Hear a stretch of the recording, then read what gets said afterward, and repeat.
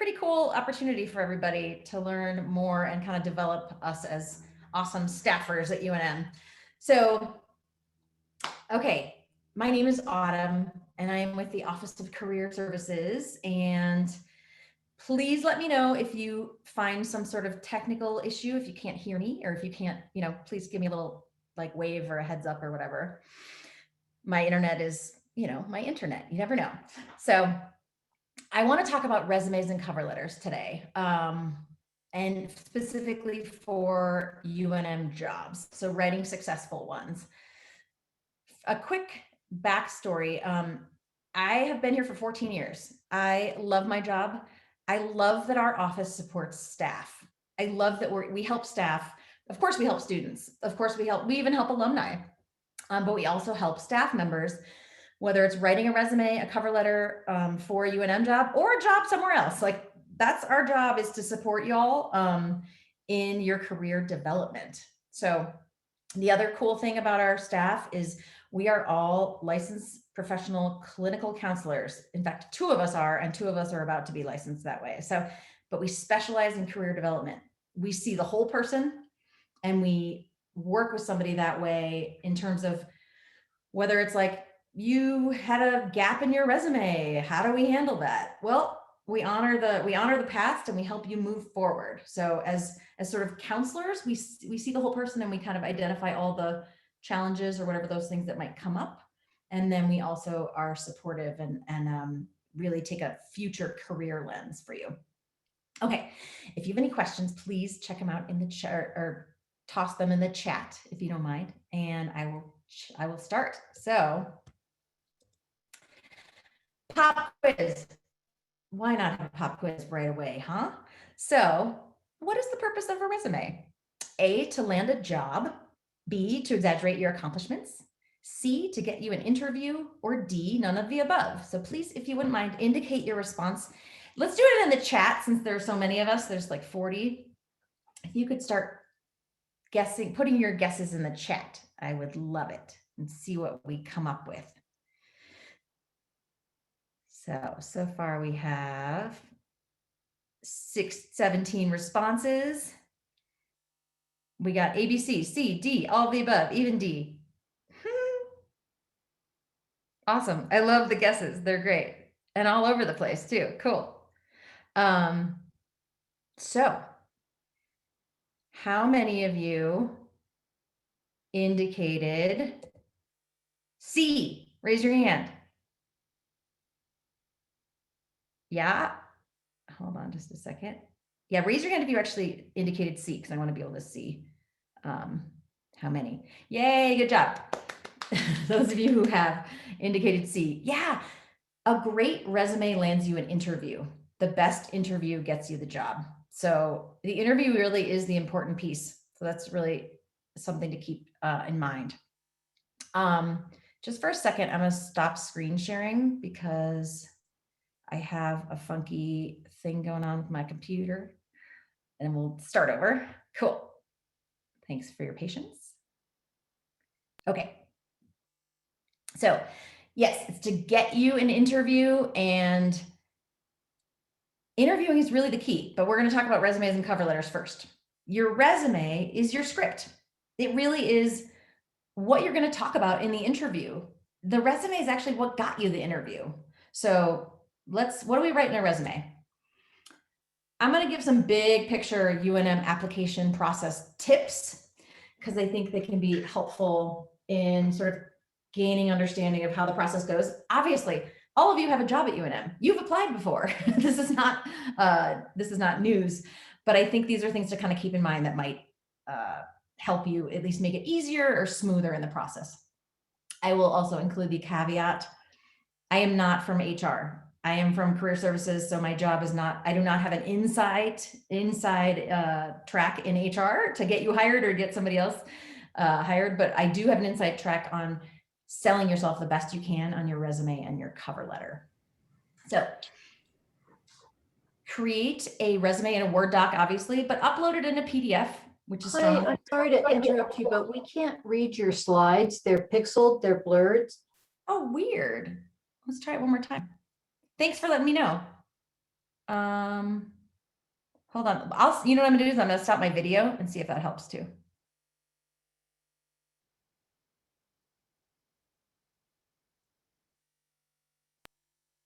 How's this? Someone chime in if you can see Yeah, it they're now. still really pixelated. Getting better, A little better. going in and out. That's worse, but that's better. Okay, I haven't done anything, so I'm not quite sure. Oh, technology. Yeah. Oh, it's like pulsing. Something. Okay. I wonder if it's an internet situation or, Yeah.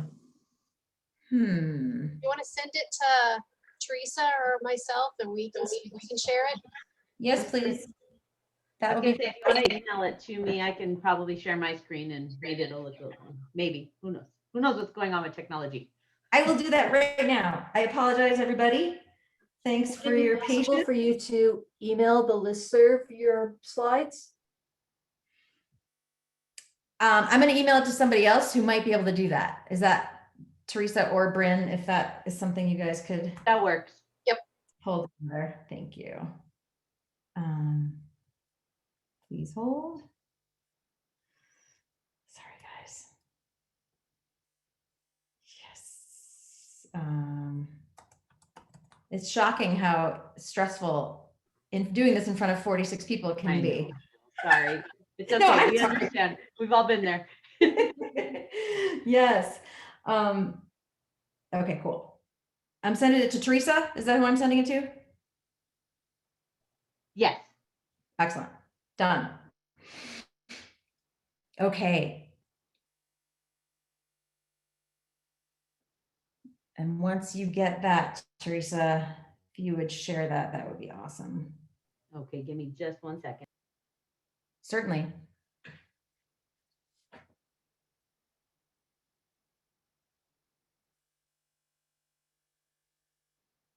While we're doing that, I will talk a little bit about the concept of tailoring. Do me a favor, raise your hand if you've ever had a tailored dress, suit, outfit, or anything like that. If you've ever had something that's been tailored to fit you, raise your hand. Cool. We have 2, 3, 4, 5. Yeah. I see John has also. Nice. The idea is tailoring your resume to the specific job is compulsory because that way you actually match the job. Just like that outfit matched your body. You looked amazing, right? I mean, I can't imagine. I've never known anybody who's gotten something tailored that it didn't look good on them, no matter what our body shape we have. So keep that in mind in terms of matching that job description. They wrote the job description for a reason. So think about that in terms of, how well do you actually meet those qualifications and how well are you selling them in your actual resume? Teresa, did you get it? Okay, awesome.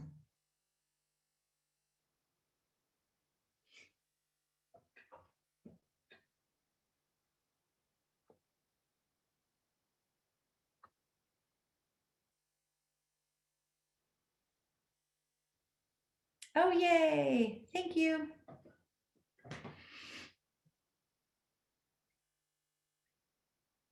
Okay, right now we're seeing the next slide, or I'm not sure that matters, but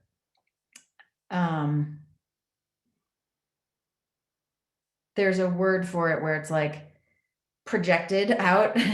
Yeah, a little bit better. To the left top where it shows like, what's the word I'm looking for? Just hit F5 or the presenter thing that's in the bottom right corner.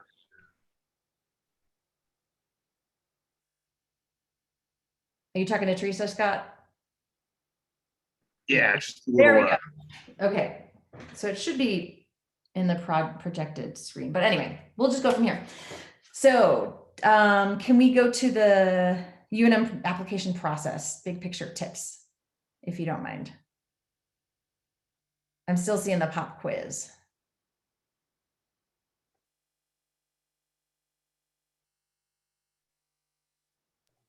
Sorry, give me just a second. I'm so sorry. Okay, that's okay.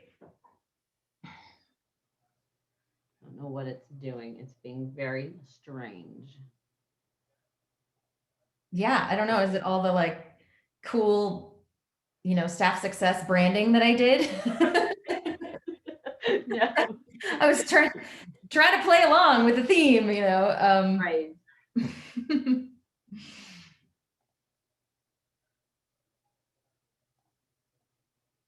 Okay, Okay. I see it. Does everybody else see it? Are we good? I'm good. Sorry about that. That's okay. Yay. Okay, thank you guys. Appreciate it. Yeah, looks good. Okay, here we go. So I talked a little bit about the tailoring. Yeah, you want to match the job description's minimum requirements. So, UNM jobs has like minimum requirements, a bachelor's degree with 5 years of experience in blank, blank, blank. So you absolutely need to meet that, and spell it out in your resume. And I'll show you some examples of what that kind of looks like. Another tip is to use a different resume for every job. If you use the same resume, in fact, I've done this. We're hiring right now at Career Services, and somebody's resume and cover letter is actually for a different job who is applying to the job, and we're not going to consider that person because they didn't actually take the time to even put the right job on there. But the idea of tailoring, even if it's the same type of position, let's say you're going for a position in accounting, it's still, no matter what department you're in applying for, or what specific division, there are nuances. So you want to make sure that you're meeting those nuances, or those like sort of cultural pieces, as well as specific words in the job description. Okay, you want to review your final application before hitting submit, because then you can't get it back. That's a silly thing, but it's really important. This is something that I'm not sure you all know. Our office supports staff in doing mock interviews. So if you find yourself, you applied for a job you're interested in on campus, and you're like, I'm getting it, I got an interview, contact us. We can schedule a mock interview where we go through some general interview questions, and we can help you hone and really kind of nail your interview. Interviewing is a skill, and it really takes time to kind of perfect. And everyone gets nervous when they interview. I don't care who you are. Everyone gets a little bit nervous. So you want to, even with those nerves, you want to be able to actually perform, quote unquote. Okay, next slide, please. Another pop quiz. How much time does an employer spend looking at your resume? A, 1 minute, B, 30 seconds, C, 10 seconds, or D, they don't read it. Please indicate your response in the chat if you don't mind. Okay, so we got guesses. We got B, A, B, C, A, C, B. Cool. I love the guesses. I love it. Thank you for participating. So raise your hand if you, please go to the next slide, indicated C, 10 seconds. Raise your hand if you got it right. Woohoo! Good job. Good job, Abel. Oh, Scott, I saw that. Yay, Lisa. Yay, Jenny. Good job. The reason I bring this up, you have 10 seconds to get into the I want to be interviewed pile. There are 2 piles. Obviously this is not the case. They're more virtual now, but you've got 2 boxes. You want to be in the box where you're called in for an interview. Okay. And you have 10 seconds to do that. So that means that's not a lot of time. Okay. So next slide, please. A resume is a document with a purpose. You want to persuade the reader. It is not a laundry list of everything you've ever done under the sun. It is curated. It is produced, is what I would call it. Like, it really is a work of art, and it really can be a marketing sort of flyer, if you will, for yourself, but it is absolutely tailored to that specific job. I'll talk a little bit about sections in a bit, about how you can kind of reorder things, like maybe out of reverse chronology. So we'll talk about that in a minute. A resume is about the future, not the past. Now, what do I mean by that? It sounds silly, but it really is. Let's say I want to go for a job that's a management position, but I'm not a manager yet. I want to pull out and identify on my resume any of the things that I have done that include the things I want to do in the future. So if I want to be a manager, if I've managed a student employee, or in a different career or different job, I've managed somebody in some capacity, or I temporarily managed somebody. So the idea about the future is you really want to reflect what you're going for versus what you did, or what you want to identify what you did that in that it looks like what your future would look like. I know that sounds really strange, but you'll see what I mean when I show you some examples. You want to, of course, highlight your skills and your qualifications. You want to communicate your current goals. And you specifically want to demonstrate your knowledge of the career field and UNM and the UNM job. That's a lot, right? So this is a tip that I give all students who are applying for a student job, and I would echo this for staff. If you're applying for a job that's in a different department, I would absolutely call that department and ask them the following questions. Is this job still open? And I'm interested in applying, because those of you who have hired at UNM know that we have jobs that are posted up there, but that we've already hired for, or we've already done interviews, or it's a complicated process. So that way you save yourself time and you don't apply to something that's already been filled. So you ask that question, is the position still available? And then if there's that sort of open until filled date, or is there like by best consideration date, you want to identify, is that hard and fast? Sometimes they wiggle it. I mean, meaning they extend it, should I say? So that's really important. The next question, to whom would I write the cover letter? Because you can assume all day that the director is going to be the one you should write it to, or whatever. But it may not be. It may be the person you're talking to on the phone, or it may be. So that's an important question also. And then the third question, I love this one because it provides a timeline for you. You ask, what's your time frame for conducting interviews?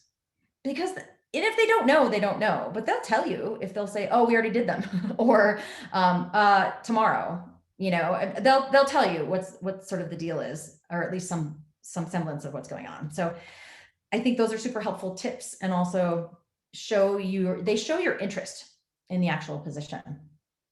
So next slide, please, Teresa. Thank you. So what is your message?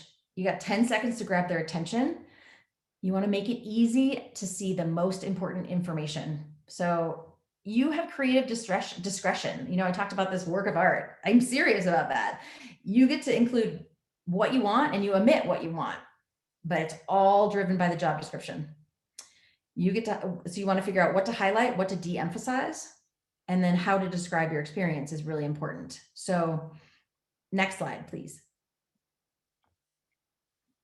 I'll talk a little bit about formatting, and that basically keep it conservative. Marketing is a different ballgame if you are going into marketing. So Teresa, maybe you can attest to this, but you can be a bit more creative, or certainly like architecture, there are specific fields that are a lot more creative. So I'm saying this with that caveat, but you typically want to be pretty traditional and have it sort of no frills, clear headings and sections, just a plain old Word doc with Arial font, or new Times New Roman, whatever, like super generic, nothing sort of out of the ordinary, if you will. You want it to be easy to scan quickly for information. I would suggest avoiding templates, because you can get really caught up in the actual template, and you might lose information. It might be in a weird place. It just makes things a little bit more of a hassle, even though they're supposed to be easier. Just go with a plain old Word document, and obviously avoid spelling and grammar errors. That reminds me to remind you, send your resume to us. You can email it to us and say, hey, I'm applying to this job. Can you give it a glance over, and give us like 24 business hours to get back to you. Include the job description. That's super helpful, because then we can kind of give you feedback based on that. But that way also, if you can't get it to us, send it to somebody who's, good with grammar, good with spelling, has kind of a good editing eye. That's always really helpful. This is one of the weird places, UNM, you can actually have very few restrictions on length for your resume. Normally it's like 1 or 2 full pages, depending on your, amount of experience. This is where you can kind of have a really long resume. I feel like mine's like 4 pages, which is crazy. But those job descriptions, super dense, lines, all sorts of information that they want you to be able to do. So that is good and allows you to kind of match some of those restrictions or some of those job descriptions. Should always be in a PDF format. I talked about that already, but that's something to keep in mind. I might talk a little bit more about the length when I get to CVs. If you could go to the next slide, please. So we got the typical chronological. That is the typical type of resume, reverse chronology, the most recent experience first. And it really focuses on your professional experience. And it's typical for most UNM job applications. So there is what's called a functional resume. And this is awesome for somebody who's trying to change career paths. And I'll show you some examples or an example in a bit, but it really focuses on transferable skills. I love this for someone who's a veteran and who's applying for a UNM job. Maybe they pull out all these really relevant skills that they got in the military or wherever they were in service. And then they just put at the very bottom, like US Air Force, 2008 to 2020, whatever that is. So functional de-emphasizes your dates, if you will, and like really pulls out important key skills. Many of you probably have heard of a CV, curriculum vitae, and that is really an academic resume. For those of you applying for adjunct faculty positions, yeah, you're going to need a CV.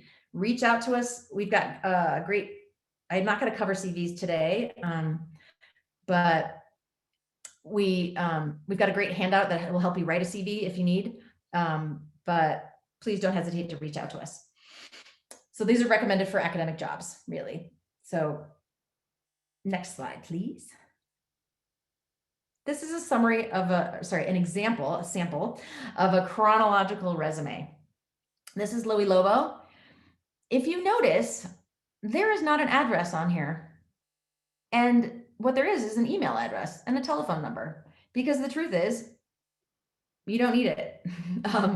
They only need, and this is prime real estate, right? We have 10 seconds to get somebody's attention.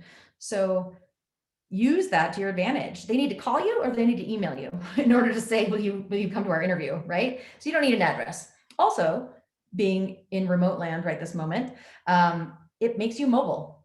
It makes you, you don't have to be in that specific place to interview or apply for a job, but it doesn't mean you couldn't get there, or move or whatever.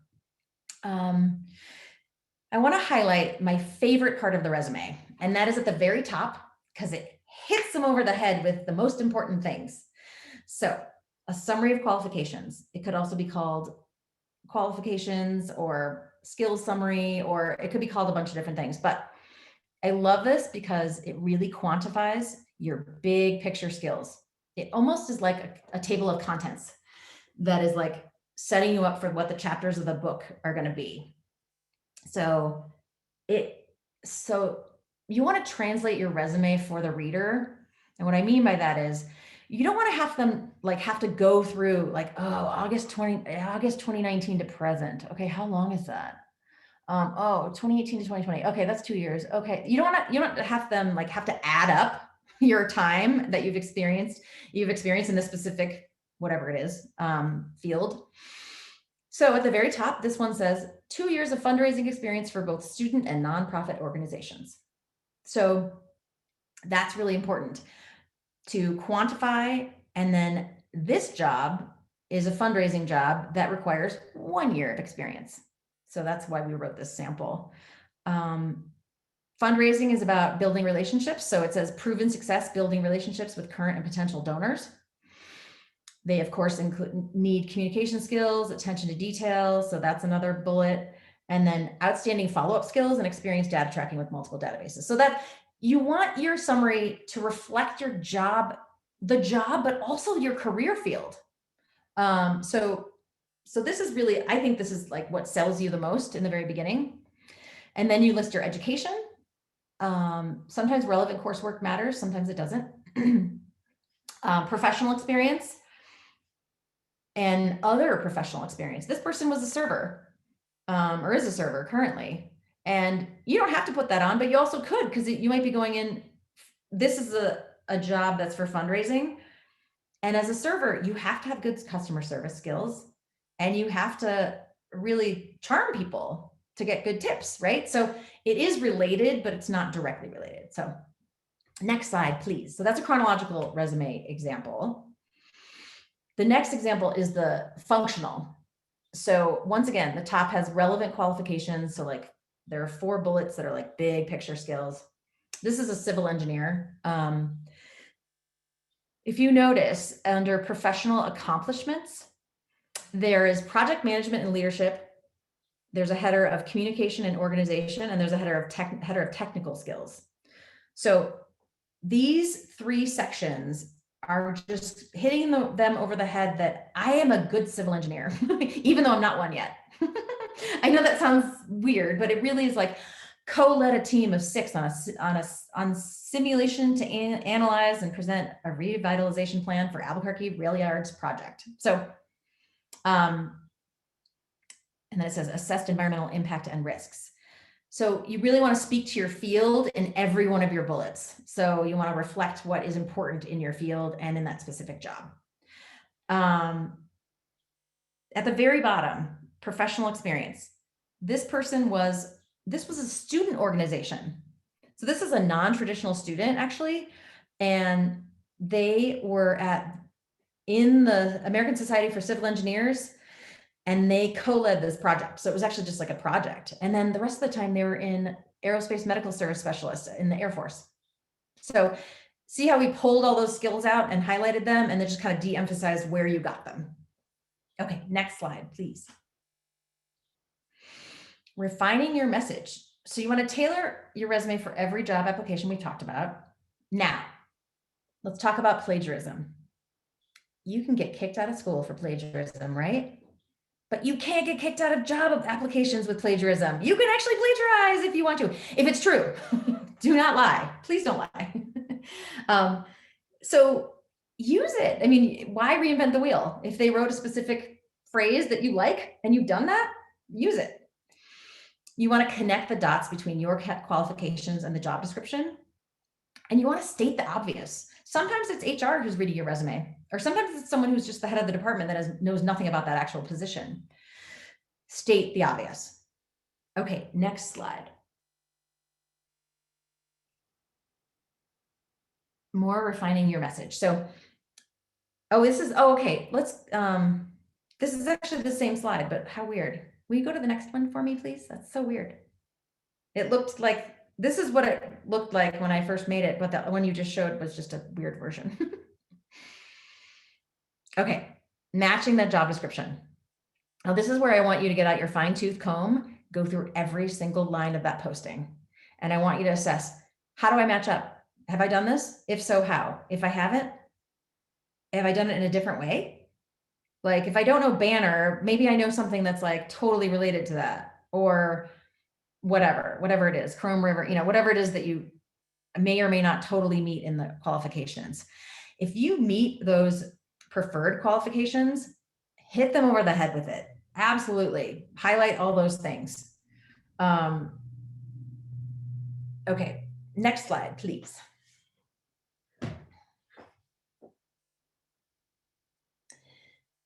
I talked a little bit about sections. I really think these descriptive sections are the most important things. You can call your sections anything you want.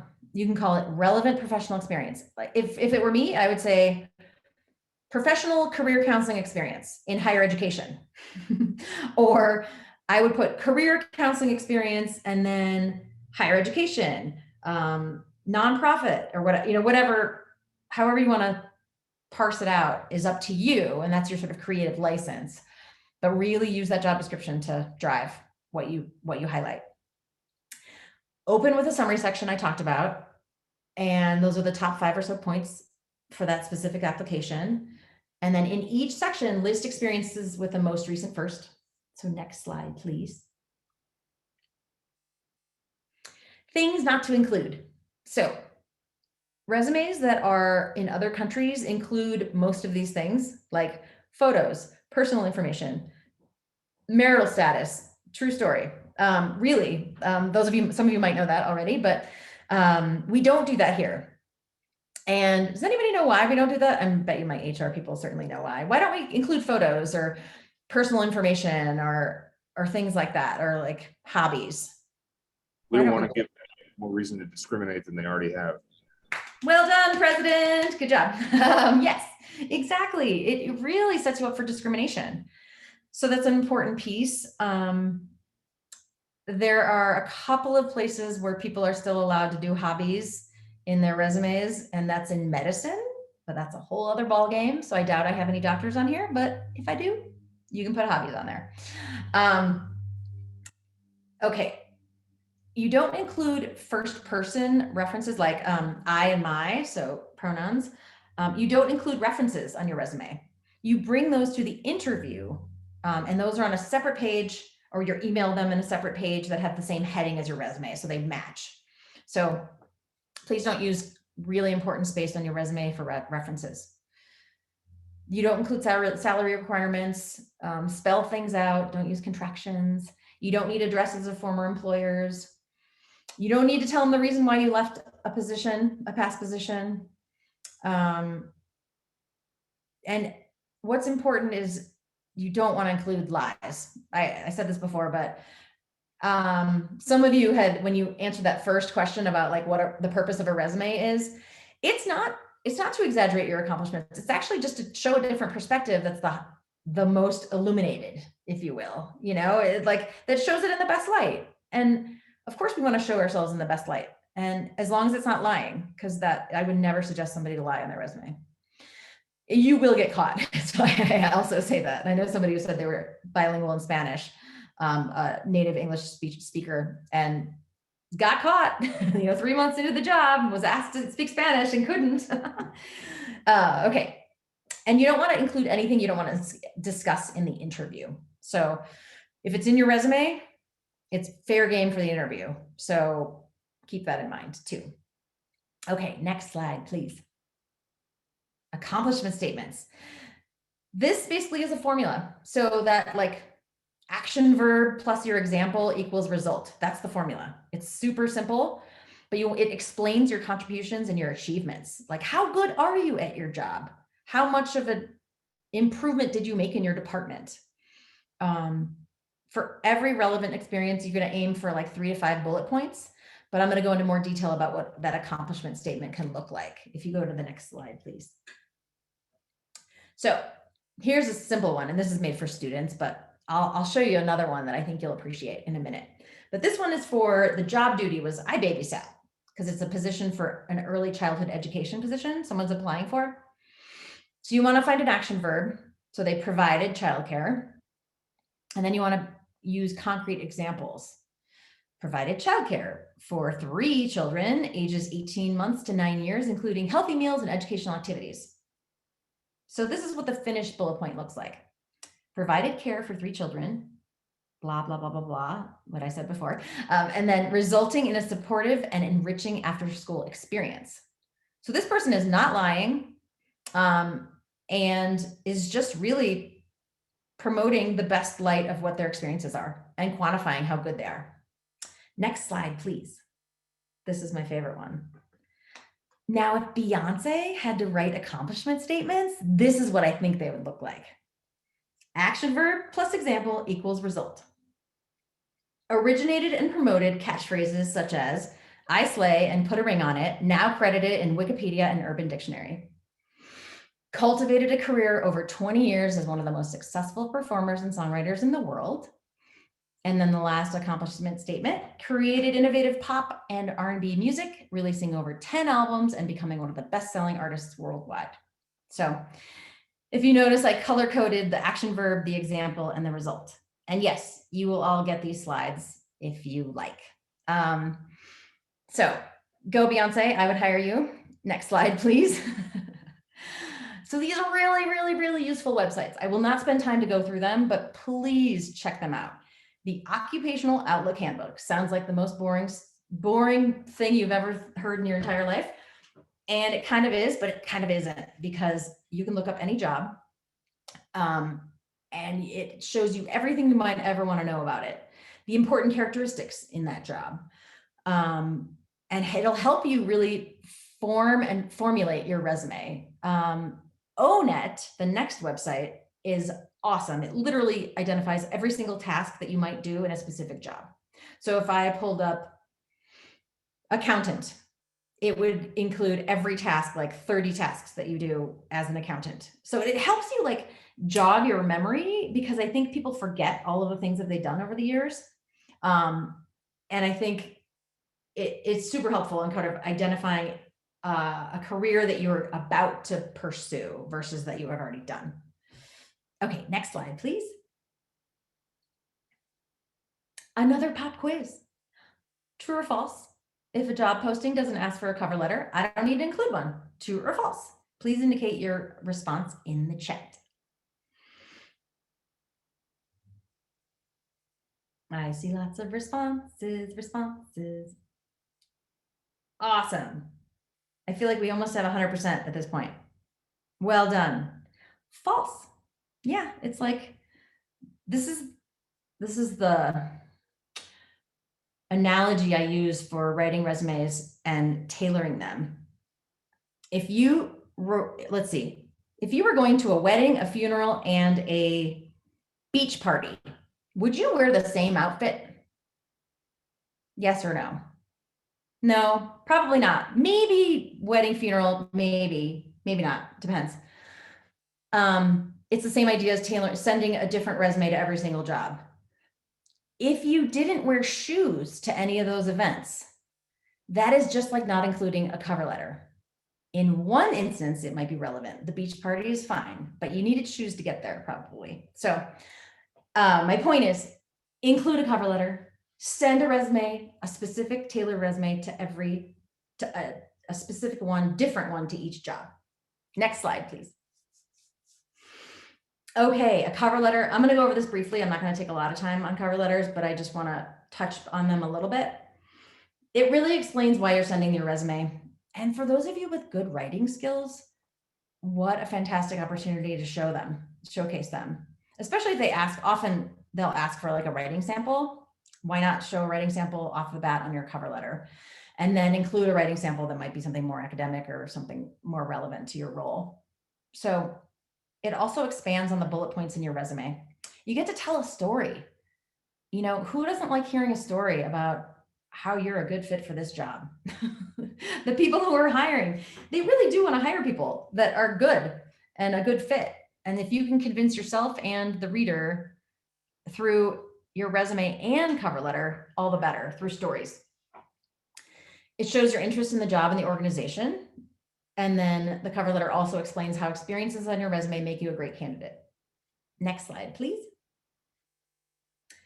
No more than one page. I will make this a caveat. I will say the caveat that there are some extremely high-level administrative positions that absolutely can have longer than one page cover letter. So please take this with a grain of salt. But your traditional staff positions that are like below a 14 grade or whatever, you know, one page resume is great. One page cover letter is great. I mean, obviously no spelling or grammar errors. Again, ask someone else to read it. And there's something about the first sentence that I think is really important, and it really shows your enthusiasm for the position. It needs to be in your voice. So don't write a sentence that doesn't sound like you, but write a sentence that shows that you're actually interested in the position. Because if you don't, it's just another cover letter that doesn't really entice me in any way or entice the reader. So show your enthusiasm in that first sentence. Next slide, please. So things to consider. Create an individualized cover letter for each position. Do your research on the company, or do your research on the UNM position, really. Avoid being too casual. Consider the needs of that department, you know, not just why you want the job. sometimes I would even suggest having like a plan for that department, whatever it is that you want to bring to the table. That is a really great way of selling yourself, of like what you would do in that role, whatever that role is. Identify and expand on your most relevant experience, and then use concrete examples every single time. The idea, and that leads me to interviewing a little bit, behavioral questions are the idea that your past behavior predicts your future behavior. And a behavioral question is like, tell me a time when you had a disagreement with a coworker and how you handled it. You have to use a concrete example. You can't just say a hypothetical. So same thing in your cover letter. You can't just say, I would be a great blank, blank, blank. You want to say, I have been a great blank, blank, blank, as opposed to this sort of hypothetical. I hope that makes sense. Okay, next slide, please. Okay, the basics: heading, introduction, body, conclusion. Next slide, please. And these are just sort of some nitty gritty things about like the header. A very formal business letter is what this is. You know, this isn't a casual email. This is UNM. This is a government position, really. So keep it in mind that this isn't like a private company that you just sort of fire off an email. The introduction is really one paragraph: who you are and what you're applying for. If you have heard about this position from someone in the department or someone who knows someone in the department, here's where you actually drop that name, you know, obviously with their permission. You don't want to say like, so-and-so told me about this job if it's not true. Or if you didn't get their permission. And you want to have a brief sentence about why you're qualified in that introductory paragraph. The body is, I say 1 to 2 paragraphs. I think 3 is too much. But you want to explain how and why these experiences that you've gone through matter for this position. You want to persuade the reader that they will benefit from hiring you, and use keywords from the posting. UNM does not use a keyword algorithm tracker system. I forget what they're called. So that's okay too, but still make sure you're matching some keywords. It's important. The last paragraph is really the shortest, and I call this the thank you, please consider me for an interview paragraph. It's really thank them for the time. I look forward to future contact, but I always like the idea of dropping the word interview in that last paragraph, because that's the goal, is to get an interview. Okay, next slide, please. Here's a sample. I'm not going to take too much time. You guys can check this out on your own when you check out the slides, but this is just an example of like the formal, this was to like, you know, an ISS position. So I put it to Lisa Marbury, who's the Assistant Vice President of Campus Environments and Activities, you know. So try and get a name of who is actually in charge of hiring in that specific job you're going for. And you can do that by calling or emailing the department and asking to whom you should write the cover letter. Okay, next slide, please. Questions? Cool.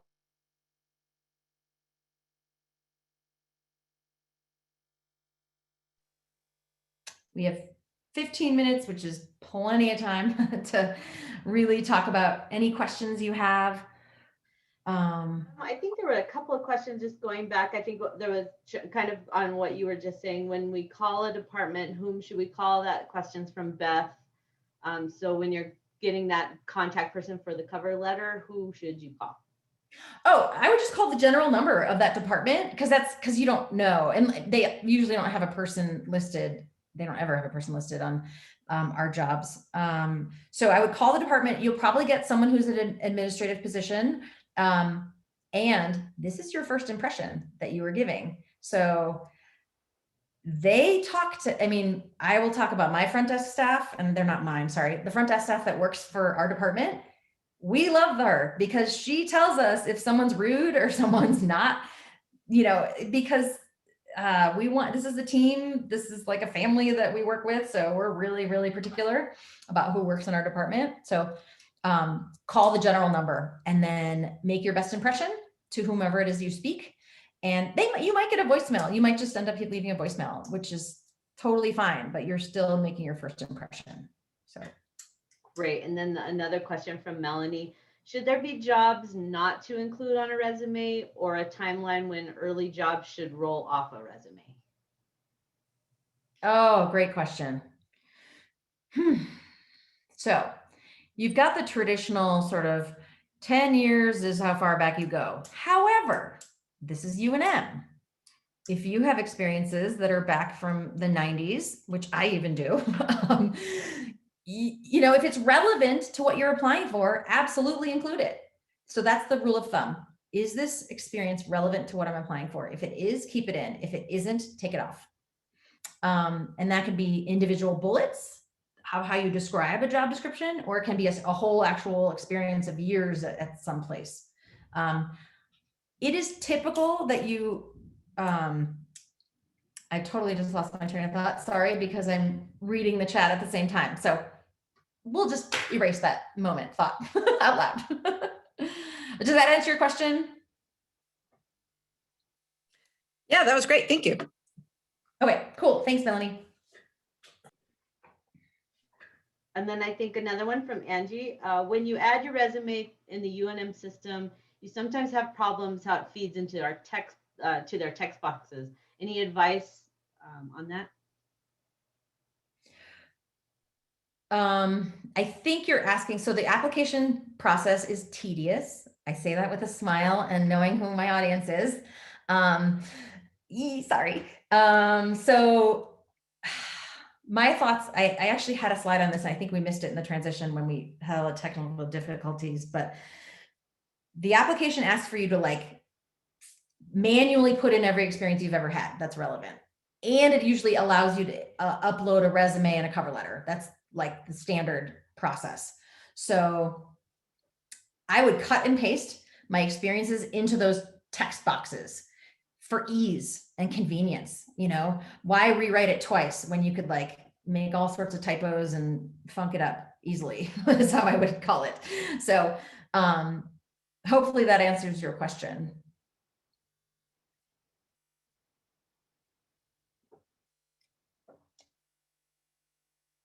Okay, what other questions do we have? Let's see. We have from Jessica, I'm a graphic designer, and in my industry, it's best practices for it to be designed. If I'm Yes. applying for an adjacent position in marketing, should I avoid that? So I guess the marketing versus non-marketing position. Tricky. If it involves marketing, if the role involves marketing still, be as creative as you want in that, you know, it sounds like you're an expert in that role. And that's the other piece of being an expert in your field. Know what a resume is supposed to look like in your field. And yes, graphic design, absolutely. It's your first showcase of your abilities, right?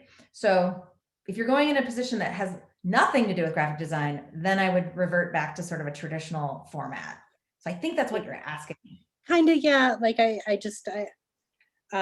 was basically my question, because I'm so used to kind of designing them and being a little bit more involved in it. I was like, oh no decorations. Right. Not not a marketing job. Yeah. Okay, cool. No, thanks for that question. That's an important I question. feel the same way, Jessica. When I see the plain ones, I'm like, oh, so plain. But for us, yeah, it's a different world. I know. Oh, so plain. I know. The next question from Amy was the purpose behind converting your resume from a PDF to a Word. Why do we do that? It doesn't screw it up when it gets to the person that is receiving it. It is uneditable is the word I'm looking for. Yeah, somebody can't actually edit it, and it's the final product. You know, if it goes over in a Word doc, someone can edit it, which sounds weird. Why would they? But like, I don't know. It's just a standard practice. I feel like it keeps it sort of safe. It's like locking your door at night. And then next we have from Christina, does it make sense to include a summary of qualifications at the top of a CV? That's such a great question. Oh my gosh. I would say, well, okay, I'm going to put on my career counseling hat for a minute. And I'm going to ask you that question back. Do you think it makes sense because my job is to teach you how to feed yourself for life, not teach you how to fish so you can feed yourself for life, not just give you fish for the day. I want you to learn how to do this going forward. So I want you to use your best judgment in identifying, like, is this a good idea? Do you think it sells you better? And if it does, if your answer is yes, then I would include it. But if you say, nah, not really, I would also look at CVs of my peers in that role.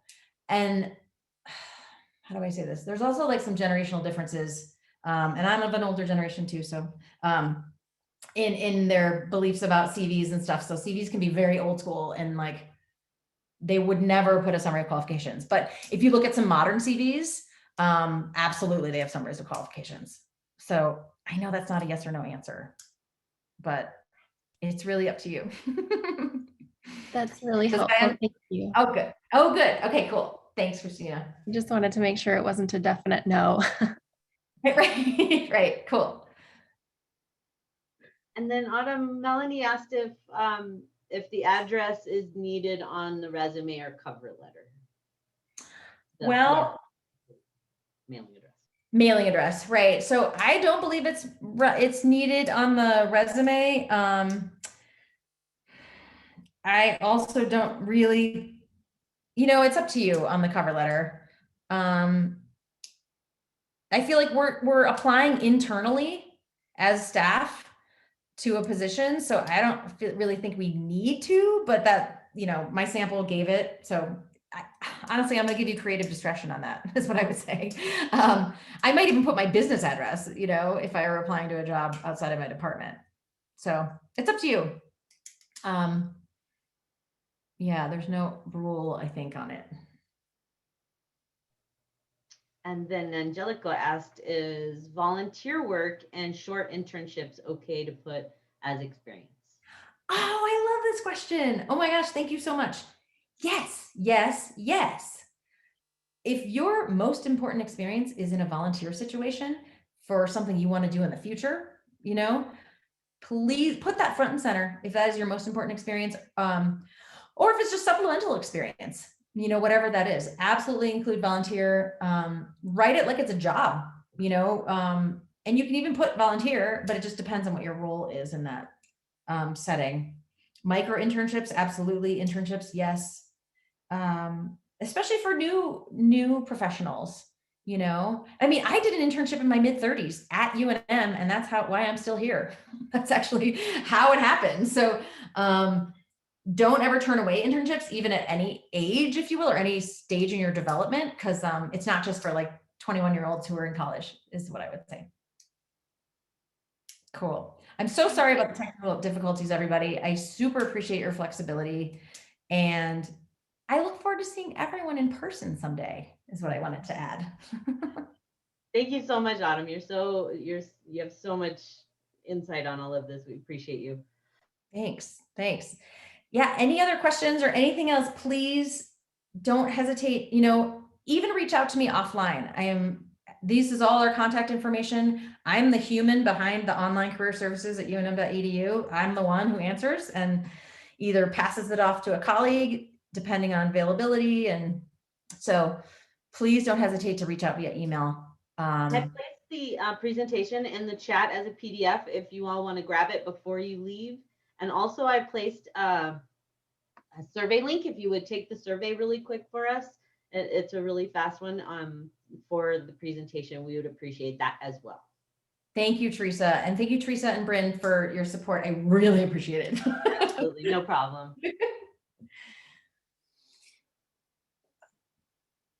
If there are any other questions, please feel free. You can press your space bar or not.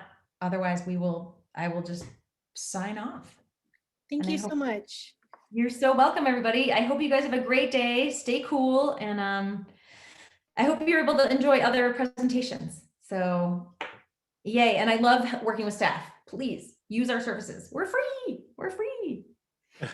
Thank you, Autumn. This is great. Thanks, John. Bye-bye.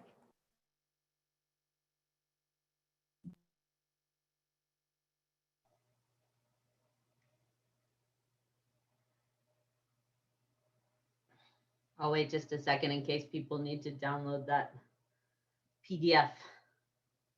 Hopefully they grabbed it before they logged off.